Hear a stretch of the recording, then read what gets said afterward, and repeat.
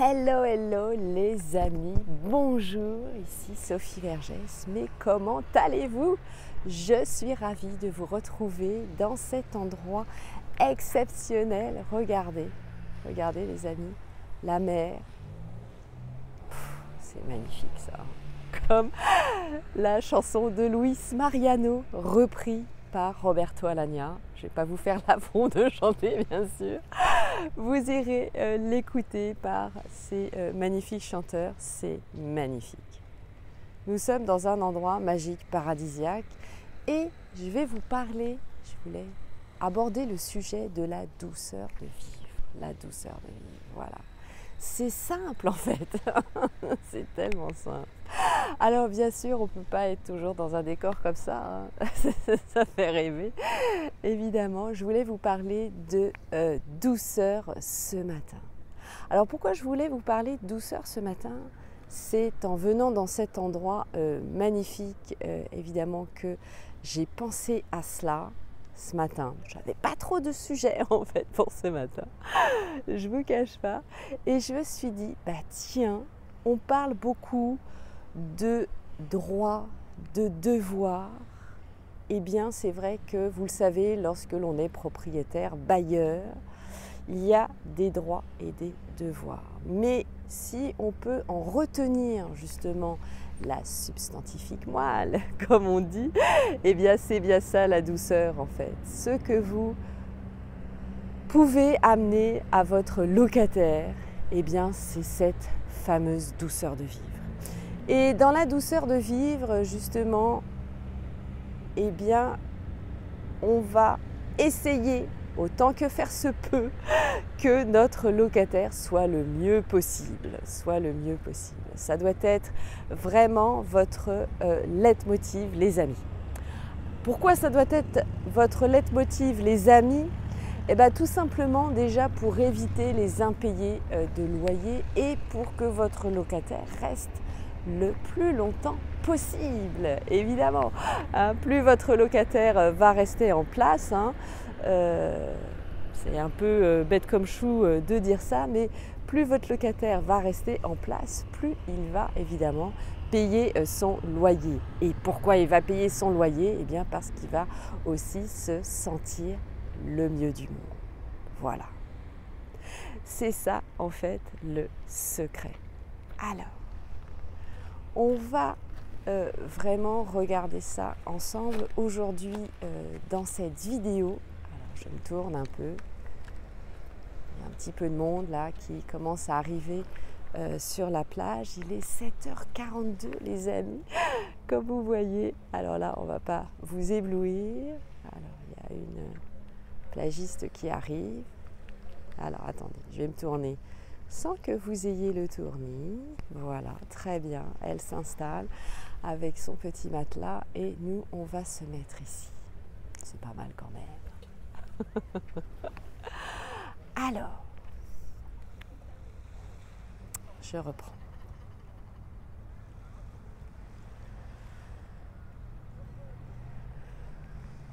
Prends sa respiration.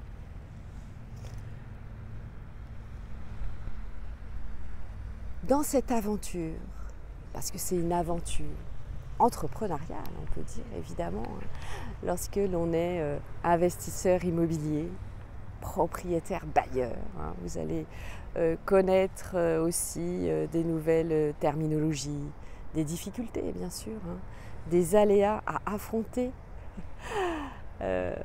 On vous fait rêver bien sûr quand on vous dit que vous allez être rentier immobilier, mais avant d'être rentier immobilier, évidemment, c'est pas si simple que ça. Donc c'est aussi essentiel pour vous de pouvoir être dans ce prisme, on va dire, avec cette boule à facettes. Dans l'investissement immobilier, vous avez évidemment énormément de facettes. Et c'est souvent aussi pour ça que vous pouvez, c'est tout à fait normal, avoir peur, vous poser des questions, c'est tout à fait humain d'ailleurs, parce que c'est un nouveau monde. C'est un nouveau monde et vous allez passer, on va dire, un peu de l'autre côté du miroir. De l'autre côté du miroir. Alors déjà, un conseil, c'est de ne pas avoir peur, hein, puisque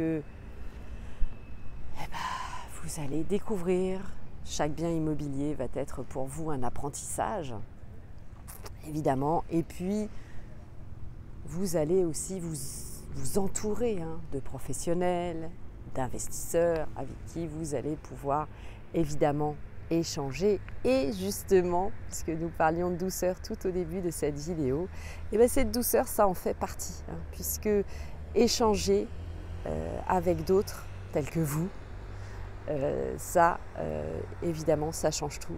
Vous allez faire les plus belles rencontres du monde.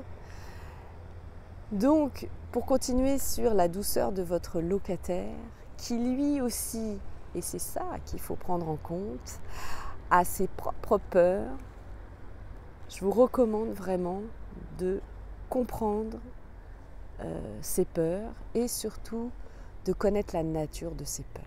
Et vous, donc, en tant que propriétaire bailleur, autant que faire se peut, vous allez lui amener cette douceur.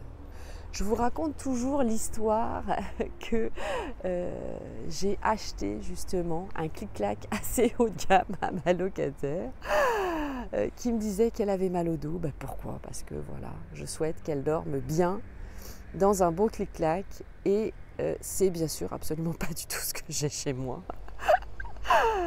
J'ai acheté un clic-clac avec un budget assez conséquent, mais voilà, je me dois de lui amener une certaine douceur de vivre. Voilà, parce que je souhaite qu'elle soit bien installée, qu'elle puisse rester, qu'elle n'ait pas ce souci en tête aussi. Et donc, tout ce qui va être aménagé, tous les équipements en place, que je vais mettre dans l'appartement, c'est très souvent d'ailleurs des équipements simples, utiles. C'est ça en fait, c'est connaître, on va dire, le mode de vie. Je vais vous redonner un autre exemple que je vis là actuellement, c'est que lorsque j'ai choisi l'appartement dans lequel je souhaitais passer quelques jours de vacances, eh bien mon critère de sélection, ça va vous faire rire, mais je vous en parle parce que c'est mon mode de vie en fait, et je ne me voyais pas louer un appartement où j'allais prendre évidemment avec moi l'équipement en question, vous allez voir c'est quoi. Ça a été mon critère de sélection, c'est le blender. Vous savez, moi je fais mes jus de fruits et donc j'ai besoin d'un blender. Donc j'ai un blender portatif que j'amène toujours avec moi pour faire mes jus le matin, et j'en fais évidemment beaucoup pendant les vacances, tous les jours, surtout quand il fait une chaleur pareille évidemment. C'est très frais, c'est très agréable, c'est vitaminé. Et donc le propriétaire, et je l'en remercie par cette vidéo, a eu cette gentillesse de me confier le sien pour évidemment me faire plaisir et que le séjour se passe bien. Donc vous voyez, ça peut être vraiment un critère complètement différent. Donc pour ça, comment ça se passe aussi, c'est que vous ne devez jamais, ça c'est un conseil vraiment que je vous donne, qui vous servira tout au long de votre vie de propriétaire bailleur, je vous l'assure, c'est bien sûr de ne jamais perdre le lien avec votre locataire. Que ce soit pour sa demande de clic-clac, écoutez-le, ou un surmatelas, pareil, pour ne pas avoir mal au dos, que ce soit justement pour une demande de blender, pour un chauffage, un sèche-serviette, je ne sais quoi, soyez toujours attentifs. Parce que en fait, c'est qu'au fond de lui, vraiment, s'il vous réclame ça, c'est que pour lui, c'est une profonde douleur en fait qu'il vous exprime. Alors il faut deviner bien sûr si c'est un fondement, mais en fait c'est ça. Voilà. Donc vous allez voir que dans l'investissement immobilier, vous allez augmenter votre capacité d'altruiste. Vous allez vraiment être très tourné vers l'autre. Et ça, ça change vraiment. Moi, ça m'a vraiment changé la vie parce que justement, je me suis occupée plus de mon prochain par le fait justement de me dire qu'est-ce que je peux amener à mon locataire pour que la vie lui soit plus douce. Voilà. Alors on refait un petit tour, regardez, et c'est magnifique. On se lève le matin et ils ont une chance inouïe bien sûr ici, hein. Ils le savent, ils le savent, évidemment. Je discutais d'ailleurs, tiens, on va terminer cette vidéo sur ce sujet. J'ai la chance de pouvoir me baigner quasiment tous les jours parce que faut faire attention, il y a des méduses.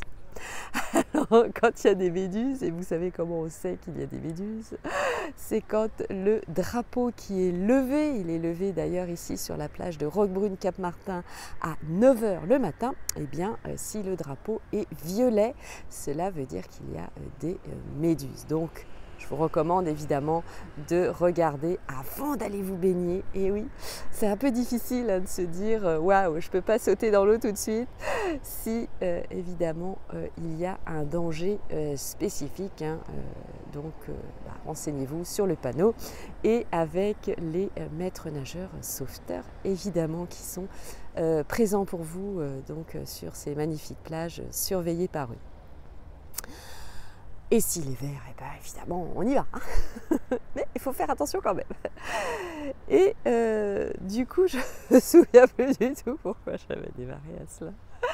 Je vous parlais, voilà. Alors oui, les baigneurs, quand on va se nager le matin.